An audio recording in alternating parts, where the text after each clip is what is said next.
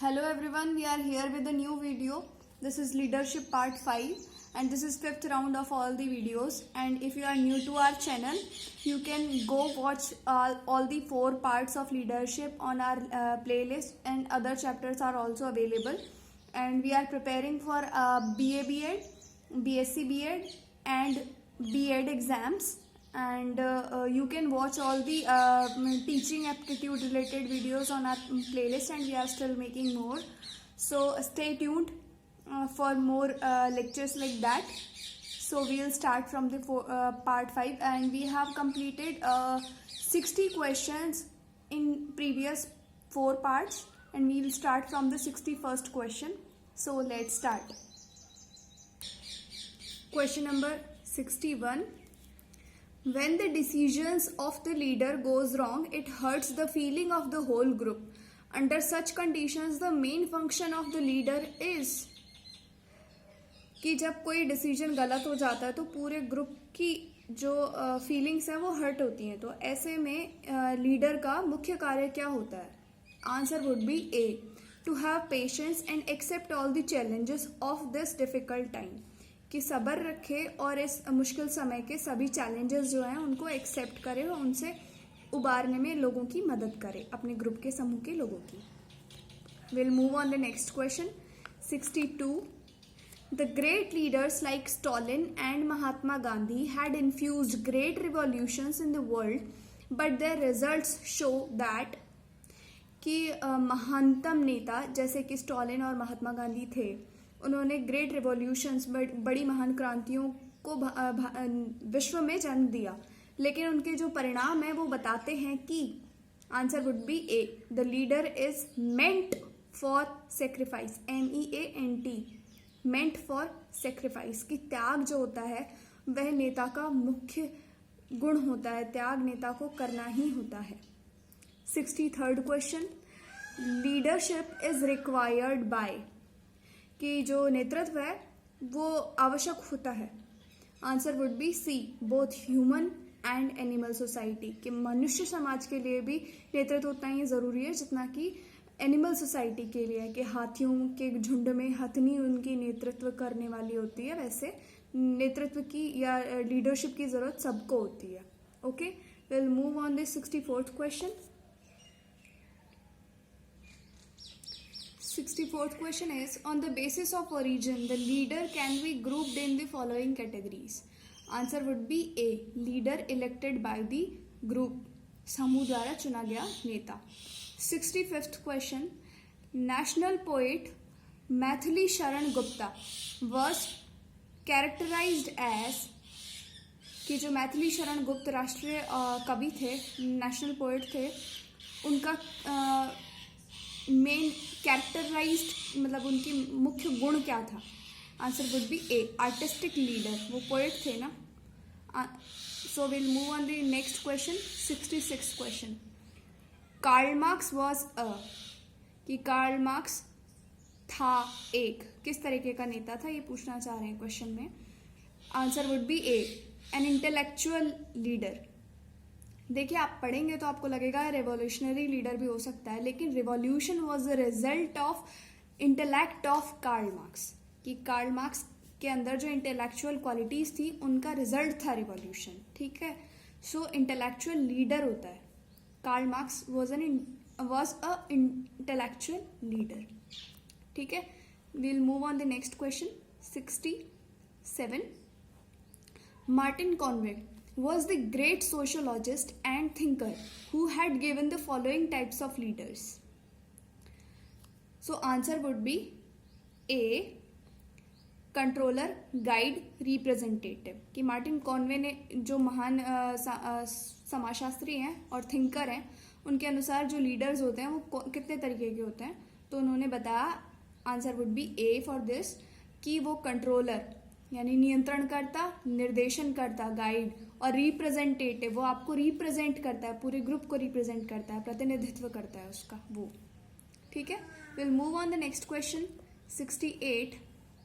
The leader as the school principal who are nominated for bearing the high responsibilities in an organization is called as, कि जो नेतृत्व करता है school का principal के रूप में जो नेतृत्व करता है, ठीक है, जो उनको हाई रिस्पॉन्सिबिलिटीज एक संगठन की निभानी है, उनको क्या कहा जाएगा?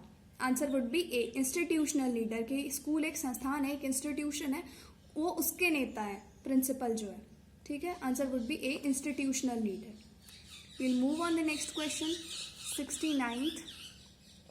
The district level authorities like district magistrate and police superintendent etc are categorized under the following types of leadership. कि जो जिला लेवल के अधिकारी होते हैं, अथॉरिटीज़ होती हैं, उनको किस प्रकार, जैसे डीएम हो गया, आपके पुलिस एसपी हो गए, पुलिस सुपरिटेंडेंट हो गए, इनको आप किस तरीके के नेतृत्व में शामिल करेंगे? तो ये एडमिनिस्ट्रेशन का पार्ट है, इसलिए ये ए होगा इसका आंसर, एडमिनिस्ट्रेटिव लीडर्स में आएंगे ये, ठीक है। Will move on the next question, 70th. The basic quality of dominant leadership is, we are talking about dominant. Answer would be A, aggressive, rigid and skillful. Okay. 71st. Which type of leadership is reflected the qualities of least interest in welfare of masses, bankruptcy of decisions, and achieved his desired motives through repression. अब यहाँ पे repression word का use होता है. repression का मतलब होता है subduing by force, कि ताकत से बलपूर्वक किसी चीज को दबा देना. और ऐसी बात अगर कहीं आएगी तो इन 4 ऑप्शंस में से आप पाएंगे कि वो डोमिनेंट में ही आएगी. Okay. 72 question, will move on. Kimball young, a great sociologist, had given the following elements of leadership. कि किम्बॉल यंग, एक पर्टिकुलर थिंकर की बात हो रही है, उनके अकॉर्डिंग हमें बताना है कि लीडरशिप के एलिमेंट्स क्या होंगे. तो इनके अकॉर्डिंग लीडरशिप के एलिमेंट्स जो हैं, answer would be A, personal social adaptation, कि व्यक्ति निजी रूप से और समाज में कैसा अनुकूलन है आपस में. हिस्टोरिकल पर्सपेक्टिव, कि उसके जो बचपन से लेकर आज तक उसके हिस्टोरिकली क्या पर्सपेक्टिव रहा है किसी चीज़ के बारे में. एंड इंटरैक्शनल पैटर्न्स, कि उनका इंटरैक्शन कितने तरीके के लोगों से और किस किस प्रकार से हुआ है, इन सब चीज़ों के आधार पर. ठीक है. Will move on next question, 73. Leadership is the by product of persons inherent potentiality and situational conditions which are influenced by. So इसका आंसर स्टूडेंट्स ए ही है, nature of group and organisational structure, कि आपके समूह की प्रकृति किस प्रकार की है और संगठन का जो स्ट्रक्चर है उसकी संरचना किस प्रकार की है, इस पर निर्भर करेगा. ठीक है. और तो मैं आपको बाकी के ऑप्शंस भी दिखा देती हूँ. आप यहाँ पे रेस्ट ऑफ द ऑप्शंस देख सकते हैं. Will move on the next question, 74. Leadership follows the principle of capabilities in incapabilities and it clearly represent in the case of, कि जो नेतृत्व है वो अनुसरण करता है सिद्धांत का. कौन सा सिद्धांत का, कौन सा प्रिंसिपल का? कैपेबिलिटीज इन इनकेपेबिलिटीज, कि किसी प्रकार की अक्षमता आपकी क्षमता का कारण बन सकती है. और ये जो प्रिंसिपल है, ऐसा जो सिद्धांत है, वो हम साफ तरीके से देख सकते हैं कौन से केस में, Helen Keller. Answer would be A. मुझे उम्मीद है आप लोगों ने हेलन केलर के बारे में सुना होगा. अगर नहीं सुना है तो मैं आपको बता देती हूँ कि अमेरिका की पहली ब्लाइंड एंड डेफ, यानी कि पहली डिसेबल्ड महिला थी जिन्होंने बैचलर ऑफ आर्ट्स किया था. और उसके बाद ही as a leader, as a author भी काफ़ी फेमस हुई. ये वर्ल्ड फेमस लेडी हैं. ठीक है. Will move on the next question, 75th. The leader is far sighted. It means, यानी दूरदृष्टि रखने वाला होता है एक नेता. इसका तात्पर्य क्या हुआ? Answer would be C, he predicts the futuristic happenings, कि उसे भविष्य के बारे में प्रिडिक्शन रख के चलना होता है, प्रिडिक्ट करके चलना होता है, अगर ऐसा होगा तो हमें कैसा करना चाहिए, वगैरह वगैरह. 66th question. The term dominance of a leader represents, कि डोमिनेंस ऑफ अ लीडर का क्या तात्पर्य हुआ? तो answer would be A, he exercises his power on the group members, कि वो अपनी जो शक्तियां हैं उनका इस्तेमाल करता है ग्रुप मेंबर्स पे. This is the term dominance represents. Okay. Will move on the next question, 77. Dominance represents the main quality of? Answer would be A, power leadership and static dominance, यानी कि स्थायी रूप से कोई डोमिनेंस है वो, और इसमें पावर की भी एक्सरसाइज की जाती है, तो ये दोनों डोमिनेंस को रिप्रेजेंट करने वाली क्वालिटीज हैं। ठीक है। 78th question, Terman has mentioned the qualities of a leader as, कि टर्मन ने एक लीडर की क्या क्वालिटीज बताई हैं? Answer would be A, least selfish, मतलब कि जो सब कम से कम स्वार्थी हो, थोड़ा बहुत स्वार्थी तो हर इंसान होता है, but least selfish and more entrepreneuring. Entrepreneuring का मतलब सिर्फ खुद का व्यवसाय खोलना नहीं होता है। एंटरप्रेन्योरिंग का मतलब होता है person who organises, operates and assumes risk for business venture. तो बिजनेस वेंचर इज कोई भी व्यवसाय है, कोई भी कार्य है जिसका वो नेता है, ठीक है, उसके बारे में वो ऑर्गेनाइज करता है, अरेंज करता है, ऑपरेट करता है, और पहले से उसके रिस्क को अज्यूम करके चलने वाला होता है, तो वो है एंटरप्रेन्योरिंग का मतलब यहाँ पे। ठीक है, so answer would be A. We'll move on the next question, 79. The leader who is possessing the trails of popularity, vulnerability, and having involvement in welfare activities, he can be classified as, answer would be C, acceptable leader। कि यहाँ पे popularity word आ गया, popular का मतलब already लोकप्रिय होता है, तो यहाँ पे acceptable leader इनमें सबसे सही सटीक बैठता है। So we'll move on next question, 80th.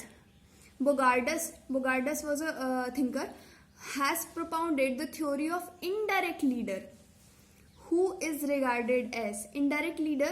He indirectly exercises his influence over the group. He don't directly influence his power or his influence on the group, but he indirectly influences it.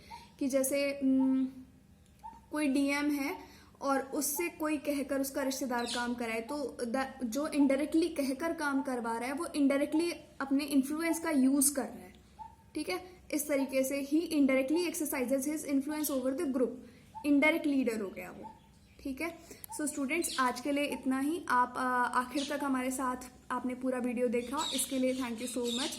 आप अपने friends के साथ भी इन videos को share किया कीजिए, क्योंकि जितना फ़ायदा आपको होगा उतना ही फ़ायदा उनको भी होगा, और पूरा वीडियो देखा कीजिए, क्योंकि हर एक चीज़ इम्पॉर्टेंट है आपके लिए, एग्ज़ाम्स पास में ही है। ठीक है, बाय स्टूडेंट्स, फिर मिलेंगे।